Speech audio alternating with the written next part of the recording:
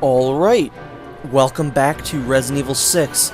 This time we're gonna tackle my favorite campaign in the game, Chris Redfield's. Resident Evil 6. So enjoy the opening cutscene and get ready for some Redfield goodness.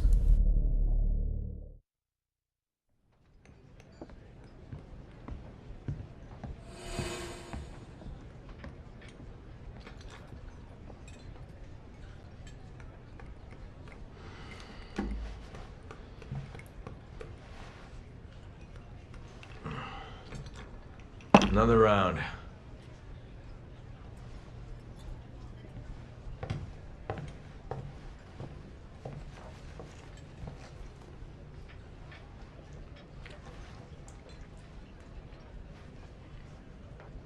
Hard to find a good steak around here. Not like back home.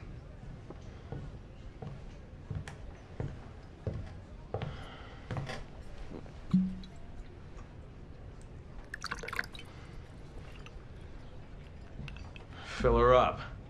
You've had enough. Listen, sweetheart. You're here to pour drinks and look pretty. So how about you shut your mouth? I bet you get the hell out of my bar.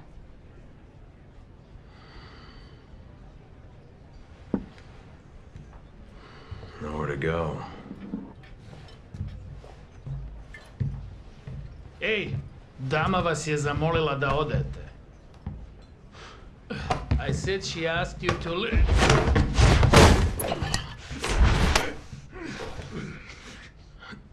Never thought I'd find Chris Redfield wasting away in a shithole like this. Who the hell are you? Piers. Piers Nivens? Never heard of you. How about this? You heard of this? What is that? You really don't remember anything, do you? Bioterrorism.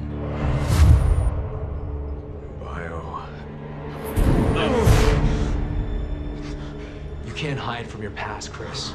No matter where you go or what you do. Who are you? What is this? Okay. You don't remember me? Well, how about them? Look. I said look! Those were your men. Men who died under your command. You owe it to them to remember, Chris. If you walk away now, then this was all for nothing! Enough! Damn it. 6 months of searching for you. And this is what I find.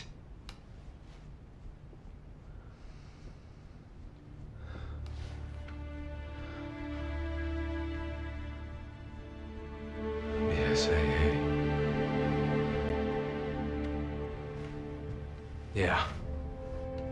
It's where you belong. Everyone's waiting. Everyone.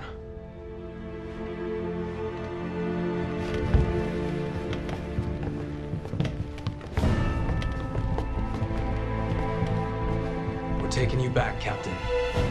One way or another.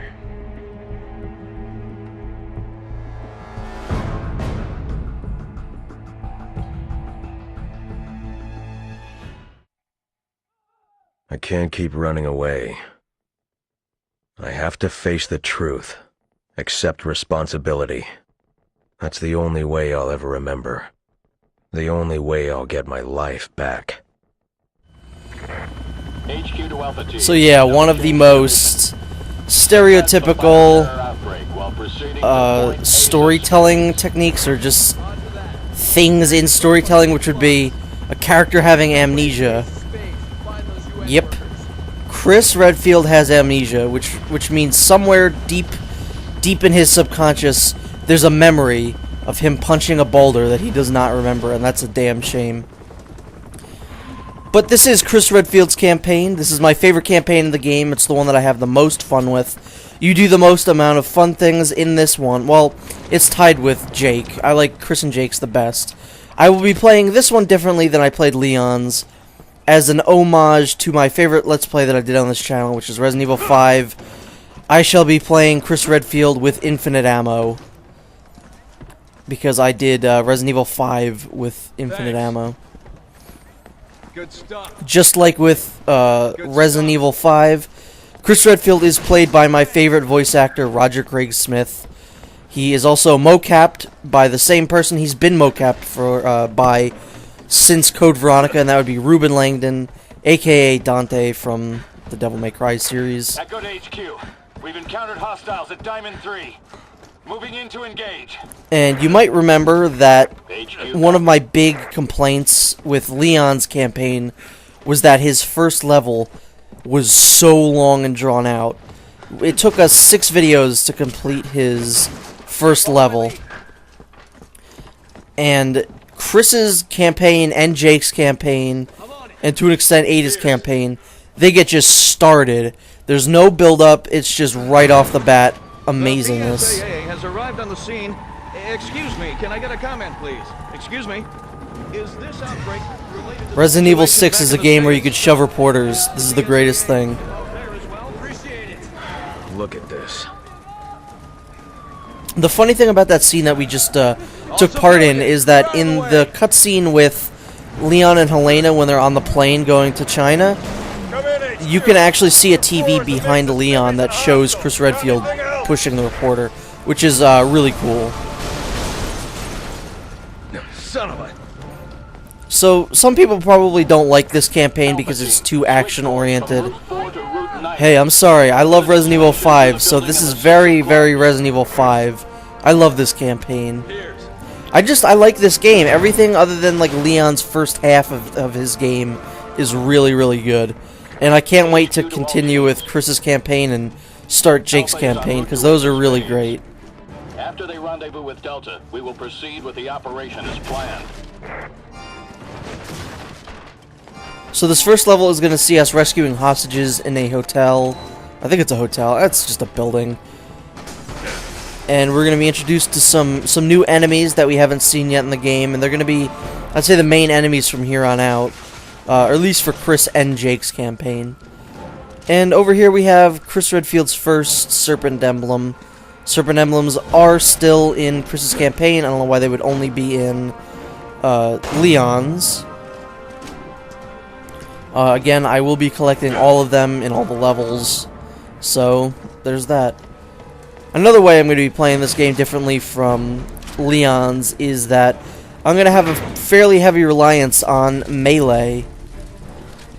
Since, of course, this is Chris Redfield, he has... Oh, whoops. I just pushed that guy over. Chris has built his body up in such a way that he would be proficient at melee, as he still looks like he's roided out. Copy that. HQ to Charlie. Assist Bravo. So I will be punching the hell out of a lot of things. No boulders, unfortunately. There's no like inside joke where they have Chris punch a boulder. really love us. But there are some pretty funny moments with Chris. They're all mainly tongue-in-cheek.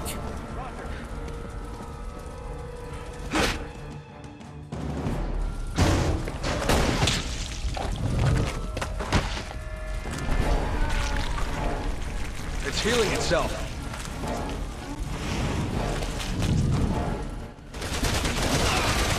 Here's HQ. We've made contact with Juan. So this enemy is called a Jawavo, as Piers just said.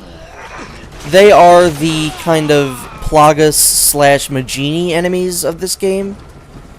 And I like them. They're a little smarter than the Plagas or the Magini. They're not quite as dangerous, I don't think.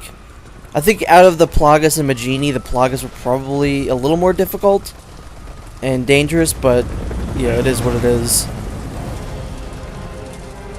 Chris Redfield has a partner in this game, just like everyone else, otherwise the co-op wouldn't work.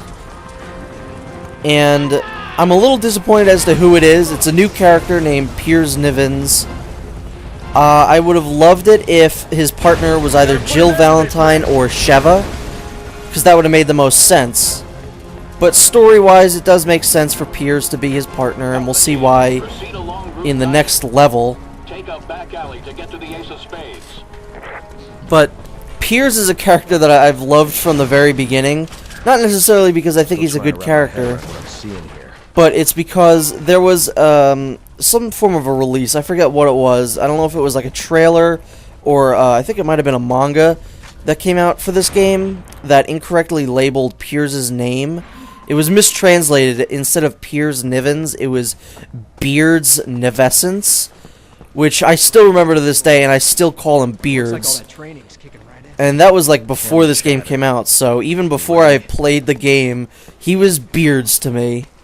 And I will never forget Beards.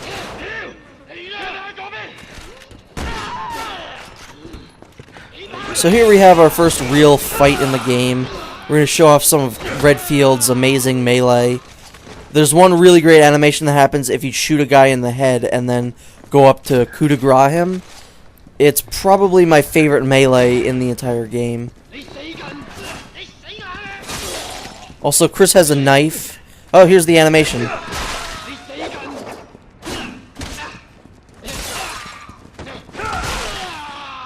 All clear.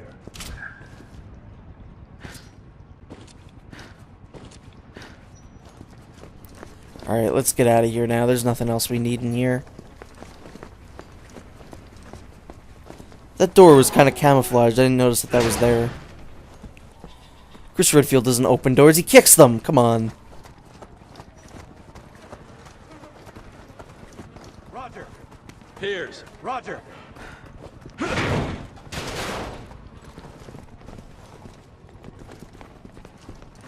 All clear.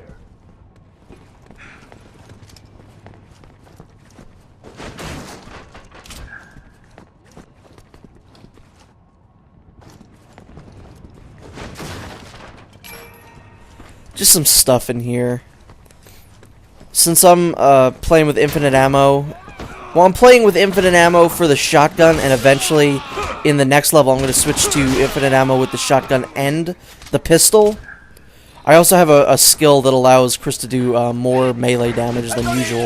We can't hold them off. Retreating from Diamond 3. HQ to Echo. Requesting. But yeah, I'm not going to be picking up much ammo. We're overwhelmed. There's just too many of them. We got no choice. We have to fall back. I'm also going to be doing a lot more counterattacks than in Leon's campaign. Considering I think I did one counterattack. But counterattacks with Chris are really fun, especially when you have the knife. Aw, damn, Piers, I think Piers messed that one up. I could have pulled off a good parry there. Oof. See, nice little touches like that is what I love. Is that instead of, you know, hitting something with the butt of your gun when it's down, if you have the knife out, you just stab them in the heart, and that's awesome. Piers, what are you doing, man?